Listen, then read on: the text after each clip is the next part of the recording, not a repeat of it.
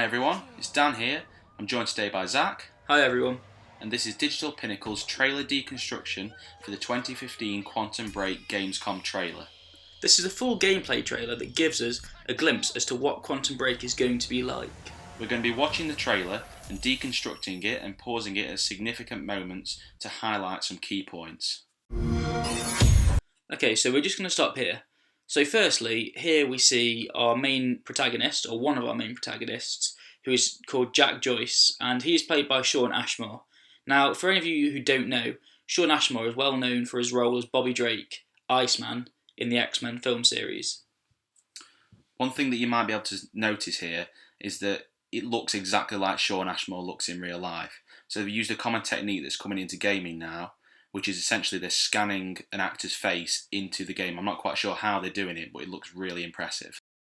The number one killer is time. It destroys us all. Okay, so now on the opposite end of the spectrum, we can see the first look at our antagonist.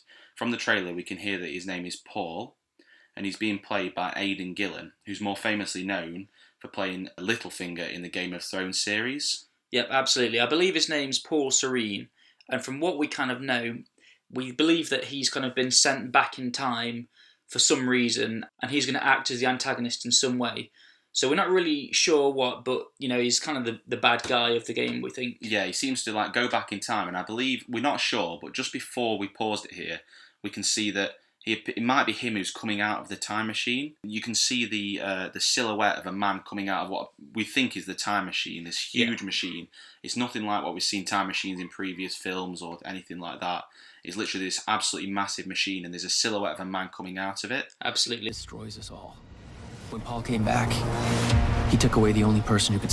And so if we skip forwards a bit, we then see Aidan Gillen, or Paul Serene, the villain, pointing the gun at the main protagonist's brother. And we're not really sure why he's killing him or what his motive is, but we believe that's going to be some kind of turning point in the game. Perhaps that's what starts the game or something like that.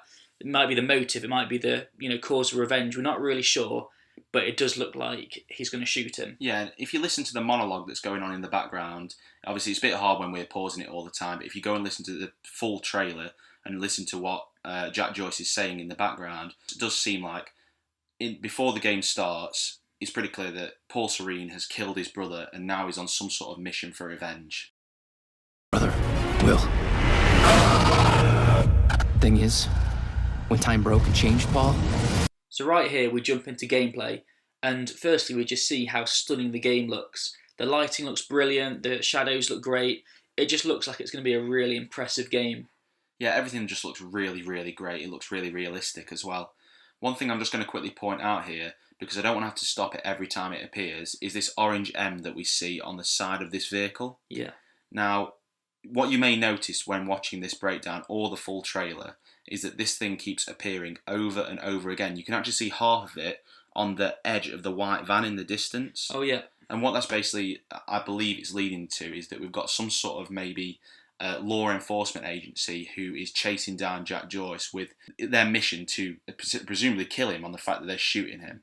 So it leaves some sort of dystopian future feel, which I really like in this game. Yeah, it looks really great. It looks like there's going to be, like you say, some kind of dystopian future, and there's some kind of law enforcement that are either cracking down on time travel or restricting it. We don't really know what their role is, but what we do know is that the M may possibly stand for Monarch Solutions, but that's it. We don't really know their motives. Yeah, I'm really interested to find out on what their motives are.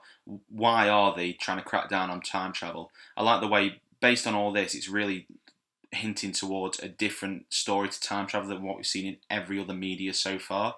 Time travel isn't an opportunity to make fun of or anything like that. It seems like it's causing loads of problems. Definitely, it looks like there's going to be some kind of controversy surrounding the topic of time travel and possibly two contrasting and clashing views, and perhaps that's why we've got some conflict here. Okay, following on from that, we're going to see his powers for the first time in this trailer. It changed me too. So as you can see, it appears that Jack Joyce, with whatever's happened to him in this whole time travel manipulation thing, he can actually manipulate time at his own free will. Yeah, absolutely. Yeah, we can kind of see him doing lots of different things. Well, I mean, firstly, we can see that he completely pauses time in an area around him. Every single person, including the guys shooting him, freeze. So that allows him to freely run and appear essentially in a different place. From their perspective, he's going to just suddenly disappear and then appear in a different place. Yep, and it looks like there's going to be a lot of cover-based kind of stuff, so you can run from cover to cover, and as you say, they'll still be shooting at where he previously was before he stopped time. Yeah, I really love the way all this looks. And then also, you see him actually stopping time in one area as opposed to everything. He just freezes the soldiers in this bubble. Exactly, yeah. He just targets one small specific area and then just freezes everything in that, and then suddenly, like, the car that's in it explodes. Yeah, it looks like there's going to be a lot of different ways you can use Jack Joyce's powers, and it looks like there's going to be a lot of creativity in the way that you can use it, which is great.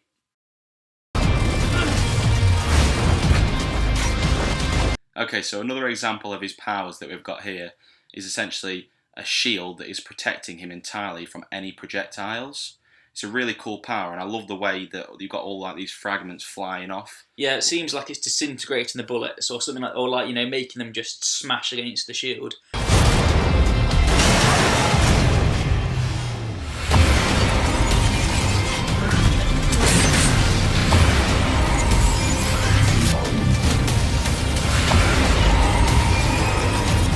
Up until this point, we've seen the protagonist fighting normal grunt-like soldiers, just relatively easy kind of enemies. But in this section, we actually see him fighting these soldiers that have a special kind of suit that allows them to fight Jack when the time is paused. So it seems like they can actually battle you when you pause using your powers. Exactly, it's like you said, we've only seen him fighting the really easy enemies. He didn't seem to have any problem cutting them down, getting through that little section there. But then he's suddenly faced with two soldiers who essentially his powers are fairly useless against. Exactly. It seems like Jack is able to use his powers slightly, but not to the extent that he can use them on the normal soldiers. So it just looks like it's kind of a way to balance out the game and stop you being too overpowered. And now you may not notice it in this trailer, but if you watch the full gameplay, which we will put a link to in the description box, you'll see that this fight actually looks really tough. He has a lot of difficulty taking on these two enemies. And what I really hope for this game is that it doesn't get too easy later on killing the enemies who are really tough at the start. What I'm hoping is these are a genuine challenge all the way through the game to defeat. Yeah, exactly. I mean, one thing that I noticed is that in this section, he's actually having to use the cover, which in the sections before, he's kind of just pausing time, killing the next soldier, pausing time. Whereas in this bit, he's having to cover and stop himself getting hit by the bullets. So right here we have a really interesting shot because we can see that the tables have turned. The protagonist is now aiming the gun at who is presumably the villain, you know, Aidan Gillen. So it actually looks like perhaps this is the point where he gets revenge.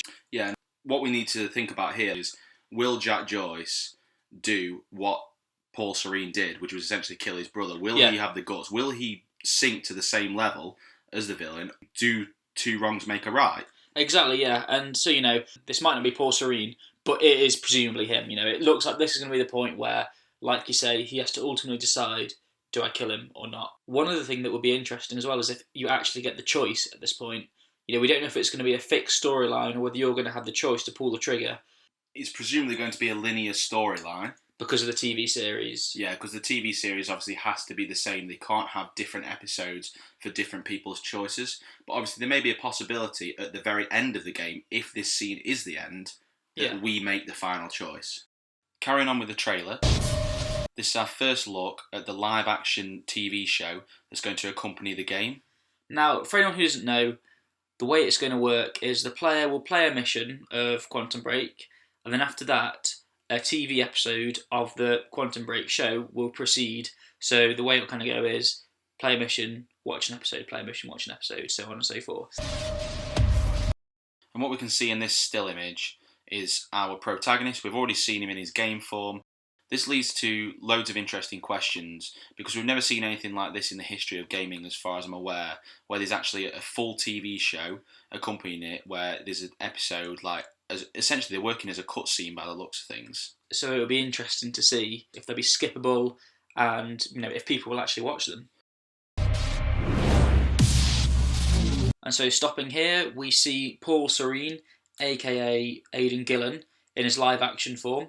And it's just, you know, kind of interesting to see, you know, what are these people gathered around him for. In the background, we can see the Monarch Solutions logo. So this is presumably their kind of headquarters or their base. Yeah, I love the way in this scene he looks really menacing. Yeah. You may not notice it because it's in the depth of field blur here, but just behind Aidan Gillen's face, you can actually see one of the soldiers that we've seen multiple times in this clip in the actual gameplay.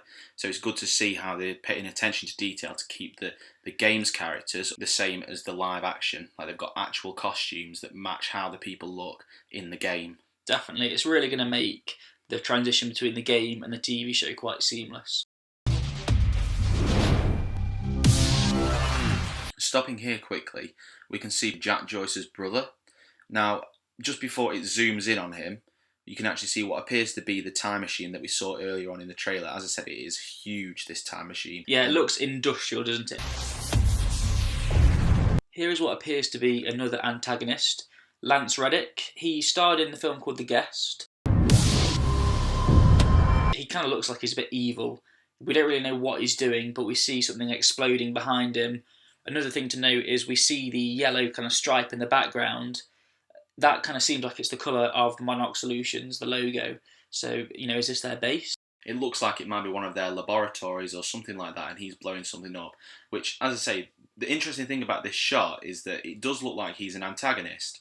He's blowing something up, which is a pretty evil thing to do in the first place, and he's showing no sign of caring for what he's done behind him. But the interesting thing is, if this is a Monarch Solutions laboratory, maybe he's a good guy. Time. Getting towards the end of the trailer now, we see multiple flashes of different scenes really quickly. So it is a bit hard to stop on them. But what we can see essentially is Jack Joyce. He's hurt and he's being dragged across the floor, and we do see a quick glimpse. It appears to be the woman who we see seconds later who flashes up, but we don't actually know who that is. Yeah, we don't really know how he's been hurt. Could this be at the start? Has he been shot by, Paul Serene? Or is this happening halfway through the TV series? We don't really know. Exactly. So it's very interesting to see what this is, and also who the girl is. Is she a potential love interest, or is she just someone on the side? Will she be involved? We don't really know. But judging by the fact that we see a shot of her straight after, hints towards the fact that she might have some involvement in the plot. And no matter what I do. Quick stop here. Reiterating my earlier point, we can actually see one of the heavy soldiers that we mentioned earlier on in this deconstruction. As I mentioned before, that they've actually designed the costume to look identical to the game counterpart, which I really like.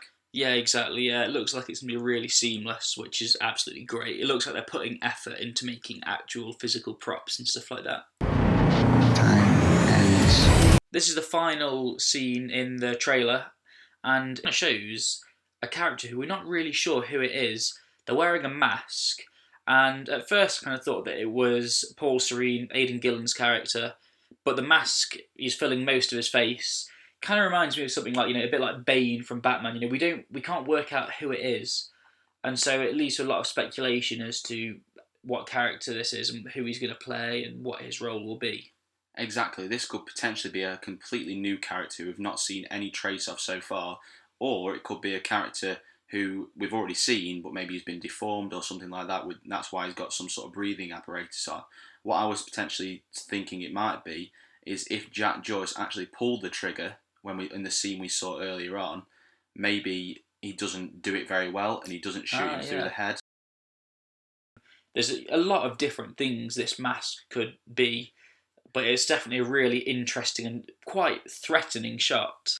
But one thing that I love about this is essentially the way that they've left it on a cliffhanger, introducing something potentially new at the end, which leaves a lot to guess about, so we don't actually know what the TV show is going to be about or the game's going to be about. Exactly. One great thing about this trailer is that it doesn't reveal too much of the story. You can't really guess what's going to happen. It just teases enough of it to make you want to watch it. So that's the end of our trailer deconstruction. Quantum Break is shaping up to be a really good game. Yeah, this game is an Xbox exclusive designed by Remedy Game Studios.